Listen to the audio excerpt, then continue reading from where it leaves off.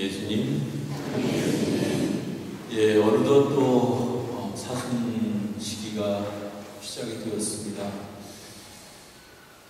사순 시기가 어떻게 해서 시작됐고 어떻게 해서 끝나는지 잘 아시죠?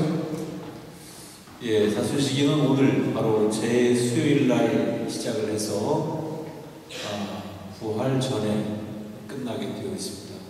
그래서 5주간 이렇게 지내게 되는데 약 40일 정도 되는 기간입니다. 그래서 40이라는 숫자는 우리에게는 매우 익숙한 숫자이기도 하고 성경 안에서는 중요한 의미를 지니는 그런 기간입니다.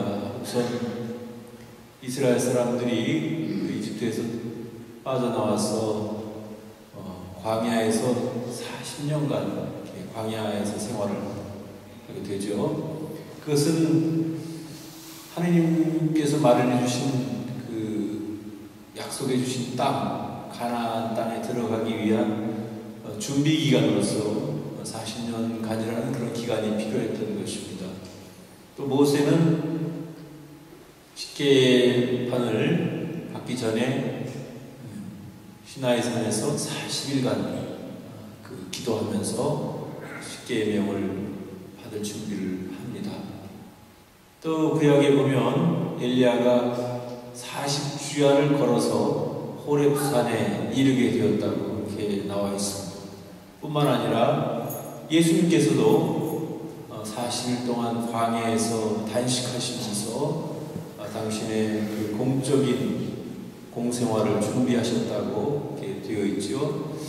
이처럼 40일이라는 기간은 길다면 길고 짧다면 짧을 수 있는 그런 기간이지만 하나의 준비 기간입니다. 그런 의미에서 우리에게 사순 시기는 어떤 고난의 시간이 될 수도 있고 고통의 시간이 될 수도 있지만 그 고통과 고난은 단순히 그냥 고통과 고난이 아니고 그것은 부활이라고 하는 영광을 누리기 위한 또 새로운 삶이라고 하는 기쁨을 누리기 위한 그런 기간입니다. 그런 의미에서 사순 시기는 때에 따라서는 우리 자신을 되돌아보는 그런 시기이기도 하고 또 고통스럽고 또 희생과 절제가 필요한 그런 기간이기도 하지만 그 고통은, 그 고난은 부활이라고 하는 영광을 준비하기 위한 우리의 준비 기간이라고 보면 되기 때문에 상당히 큰 의미가 있고 가치가 있는 기간이라고 볼 수가 있을 것 같습니다. 특별히 오늘 우리는 제수요일을 맞이해서 모든 사람이 이마에 제를 받으면서 사람아 너는 흙에서 왔으니 다시 흙으로 돌아갈 것을 기억하여라. 그런 기도문을 받으면서 여러분들이 잠시 후에 이마에 제를 뿌리는 그런 예식을 하게 됩니다. 해마다 반복되는 것이기 때문에 우리는 어떻게 보면 그런 것에 대해서 굉장히 무뎌질지 모르지만 우리는 다시 한번 생각해 보아야 할 것입니다. 나의 존재가 과연 어떤 존재인가, 또 나에게 하느님은 어떤 분이시고 결국 나는 아무리 인간적으로 잘났다 뛰어나다 해도 결국은 하느님 앞에 갈 수밖에 없는 존재이고 또 하느님 앞에 가기 위해서는 우리는 늘 겸손해야 하고 그런 의미에서 이마에 제를 받으면서 우리에게 다시 한번 상기시켜 줄 것입니다.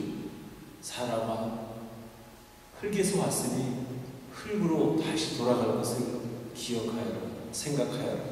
그렇게 하게 되는 것입니다. 그런 의미에서 우리는 어떤 그동안 바쁘게 살아왔던 삶의 발길들을 잠시 멈추고서 인간으로서의 자기 자신 또 신앙인으로서의 우리 자신들을 되돌아보는 그런 은총의 시간, 또 소중한 시간이 되었으면 좋겠다라는 생각을 해봅니다.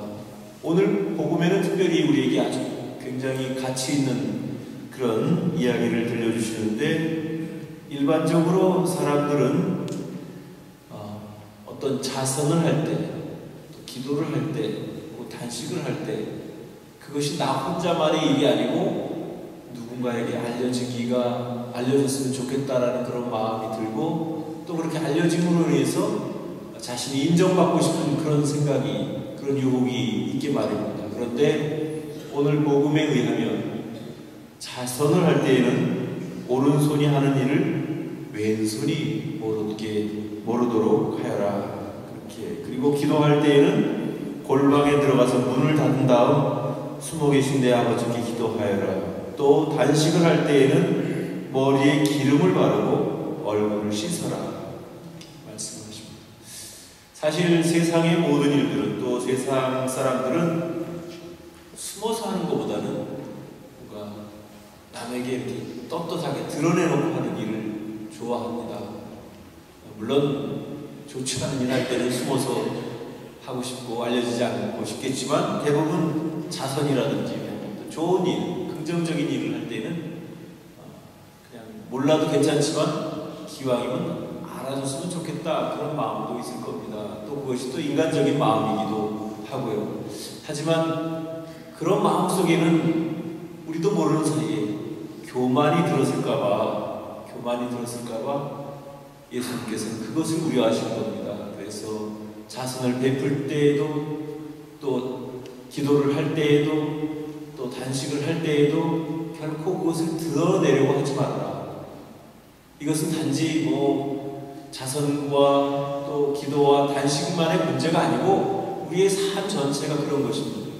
그리스도 신자로서 살아가는 삶은 누구에게 자랑하고 드러내고 그런 삶이 아니라, 아무도 모르고 아무도 인정해주지 않는다 하더라도 오직 한 분이신 하느님, 그분이 아시면 된다는 그런 마음가짐으로 우리가 살아야 되지 않을까. 그래서 40일이라는 기간, 결코 짧은 기간은 아닌데, 이 기간 동안 우리가 마음껏 자선을 베풀고, 또 그동안 소홀했던 하느님께 대한 기도, 또 신앙에 대한 그런 진지한 태도를 다시 한번 생각해보고, 또 우리가 단식도 함께 할 수 있는 그런 기간이 됐으면 좋겠어요. 오늘 단식하는 날이었는데 단식 잘 하셨습니까? 금육도 있었는데, 수요일날 금육하는 경우는 제2수요일 날 금육을 하게 되지요. 그래서 모르겠어요. 여러분들 지금 이 자리에 있는 참석한 것만으로도 여러분들에게는 제가 볼 때는 사순시기를 참 잘 시작했다. 시작이 좋으면 뭐예요? 벌써 반은 된 거고 끝도 좋을 거라고 생각을 합니다. 그래서 여러분들은 이번 사순 기간은 특별히 더 많은 은총과 또 부활을 기쁘게 맞이할 수 있는 그런 준비가 잘 된 그런 사순 시기가 되기를 바랍니다. 특별히, 그리고 첫 번째 독서에서 요엘 예언자는 주님의 말씀이다. 이제라도 너희는 단식하고 울고 슬퍼하면서 마음을 다하여 나에게 돌아오라. 옷이 아니라 너희 마음을 찢어라. 말씀하십니다. 이스라엘 사람들은 억울한 일이 있거나 분한 일이 있거나 어떤 진실을 밝혀야 될 일이 있을 때는 자기 옷을 찢었어요.